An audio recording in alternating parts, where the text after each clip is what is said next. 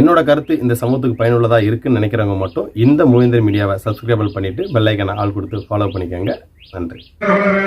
சமூக சொந்தங்கள் அனைவருக்கும் நான் சார்ந்திருக்கக்கூடிய மல்லர் பேராயத்தின் சார்பிலே என்னுடைய பணிவார்ந்த வணக்கங்களை உரித்தாக்கிக் கொள்கிறேன். எனக்கு முன்னால் பேசிய அன்பு தம்பி கரிகால மல்லர் இல்லையா தியாக பெருஞ்சுடர் இமானுவேல் சேகரனார் அவர்களை முன்வைத்து தமிழ்நாட்டிலே நடந்து கொண்டிருக்கிற அரசியல்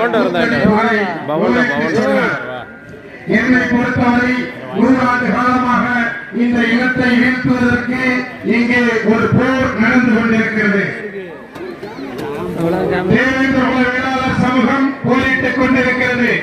1924ஆம் ஆண்டு பர்மாவிலிருந்து தன்னுடைய சொந்த மண்ணுக்கு திரும்பி வருகிறார்கள் தேவேந்திர குல வேளாளர்கள். ராமநாதபுரத்து மண்ணை அவர்கள் மிதிக்கிற போது அவர்கள் கல்வியில் உயர்ந்திருக்கிறார்கள், பொருளாதாரம் வைத்திருக்கிறார்கள், அரசியல் விழிப்புணர்வோடு இருக்கிறார்கள். இப்படி ஒரு கூட்டம் இந்த மண்ணுக்கு வந்துவிட்டால் இங்கே சாமியின் பெயரால் நடக்கிற சண்டித்தனங்கள் எல்லாம் அவர் தட்டி கேட்பார்கள், நம்முடைய கொட்டத்தை அடக்கி ஒடுக்கி விடுவார்கள் என்று சொல்லி சாதிய பயங்கரவாதிகள் எல்லாம் ஒன்று கூடி ராமநாதபுரம் மண்ணிலே தேவேந்திர குல வேளாளர்கள் மீது ஒரு பெரிய போரை கொடுக்கிறார்கள்.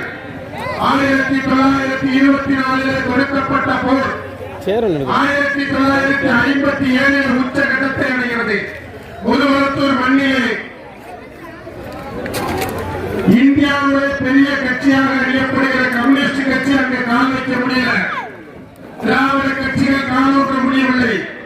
அப்பேற்பட்ட சாதி சந்தியர்கள் நிறைந்த அந்த முகமை மண்ணிலே ராணுவத்திலே பணியாற்றிவிட்டு தன்னுடைய மக்கள் படும் துயரங்களை அறிந்து அந்த ராணுவ பதவியை உதறிவிட்டு மக்கள் பணிக்கு திரும்பிய இமானுவேல் சேகரன் சாதிய சந்தியர்களுக்கு ஒரு பாடத்தை புகட்டுகிறார்.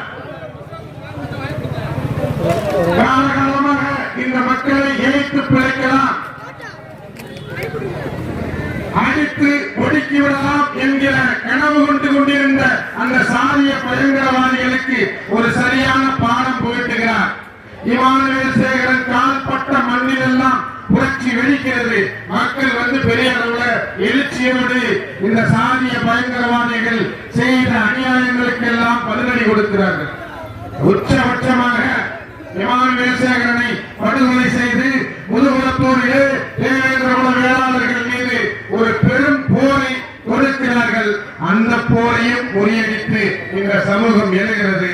1968 வெண்பணி கிராமத்தில் இது எங்கள் நிலம், எங்கள் உழைப்புக்கு கூலியை நியமிக்க நீ யார் என்று சொல்லி மிட்டா மிராசுகளுக்கு எதிராக தன்னுடைய கரங்களை உயர்த்திய 44 வேளாண் பெருங்குடி மக்களை உயிரோடு கொளுத்தினார்கள்.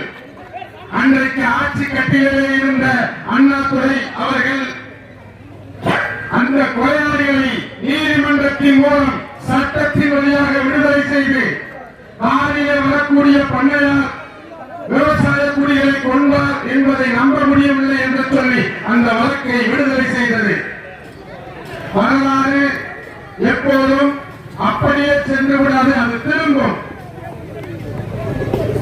தேவதானத்தைச் சேர்ந்த தோழர் அமல்ராஜ் தலைமையிலான குழு 44 பேரையும் கொன்றொழித்த அந்த கயவனை துண்டு துண்டாக வெட்டி வரலாற்றை நேர் செய்து விட்டார்.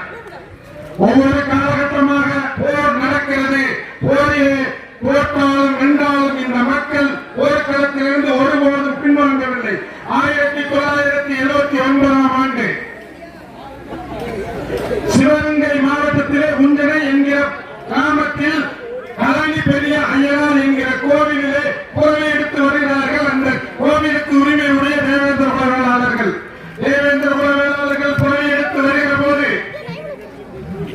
அந்த வழிபாட்டை ஏற்றுக்கொண்ட மாட்டு சமூக மக்கள் போய் திலகம் பெறுகிறார்கள். ஒரு தேவேந்திர குல வேளாளர்களுக்கு ஏன் திலகம் பெறுகிறார் என்கிற சொல்லி ஒரு பெரிய கலவரம். ஆயிரக்கணக்கான சாதி வெறியர்கள் கையில் வெடிகுண்டோடும் கத்திகளோடும் வேலுக்கம்புகளோடும் அந்த ஊரை சுற்றி வளைக்கிறார்கள்.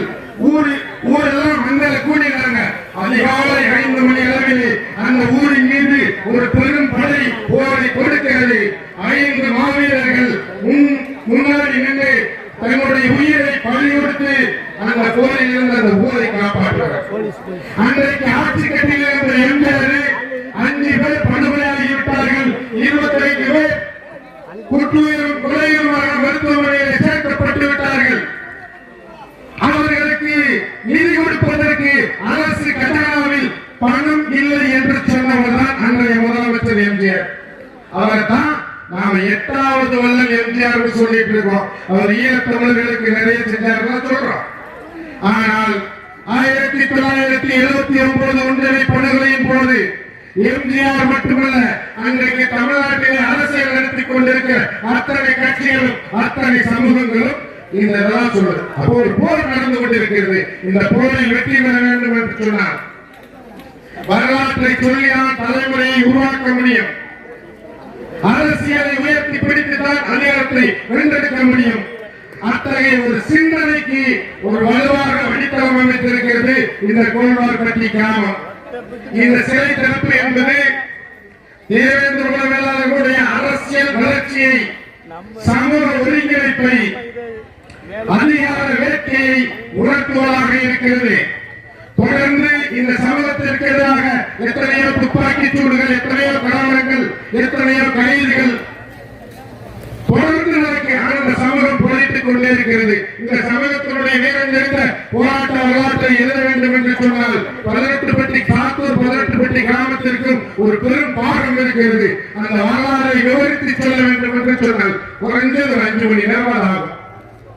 நான் என்னுடைய இளமை காலத்துல தெற்க மிகப்பெரிய அளவில் சாதி கலவரங்கள் வெடித்து நம்முடைய மக்கள் சாதி வெறியர்களுக்கு எதிராக களத்தில் நின்ற போது எங்களுக்கு பாதுகாப்பு கேட்டு நாங்கள் வந்திருக்கிறோம்.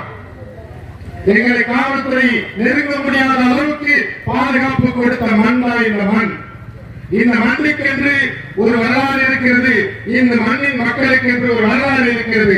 அந்த வரலாறை நாம் உயர்த்தி பிடிக்க வேண்டும். வரலாற்றை உயர்த்தி பிடிக்காத எந்த இடமும் விடுதலை பெறாது. அரசியலை உயர்த்தி பிடிக்காத எந்த இடமும் அதிகாரத்தை வென்றெடுக்காது. அதிகாரத்தை வென்றெடுக்க வேண்டும் என்றால் நீங்கள் அரசியலை உயர்த்தி பிடிக்க வேண்டும். அரசியலை உயர்த்தி பிடிக்க வேண்டும் என்றால் நீங்கள் இமானுவேல் சேகரனை உயர்த்தி பிடிக்க வேண்டும். இமானுவேல் சேகரனை உயர்த்தி பிடிக்க வேண்டும் என்று சொன்னால் அவருடைய வரலாற்றை நீங்கள் முழுமையாக உள்வாங்க வேண்டும். ஆகவே மீண்டும் சொல்கிறேன், வரலாற்றை சொல்லி தலைமையை உருவாக்குவோம். அரசியலை உயர்த்தி பிடித்த அதிகாரத்தை வென்றெடுப்போம். வாய்ப்புக்கு நன்றி கூறி விடைபெறுகிறேன். நன்றி, வணக்கம்.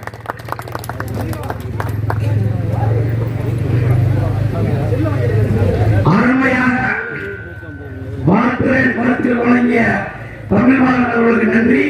அடுத்தபடியாக அன்பு சகோதரி நந்தினி மல்லத்தி அவர்கள் மேடையில் பேசுமாறு அன்பு அழைக்கிறோம்.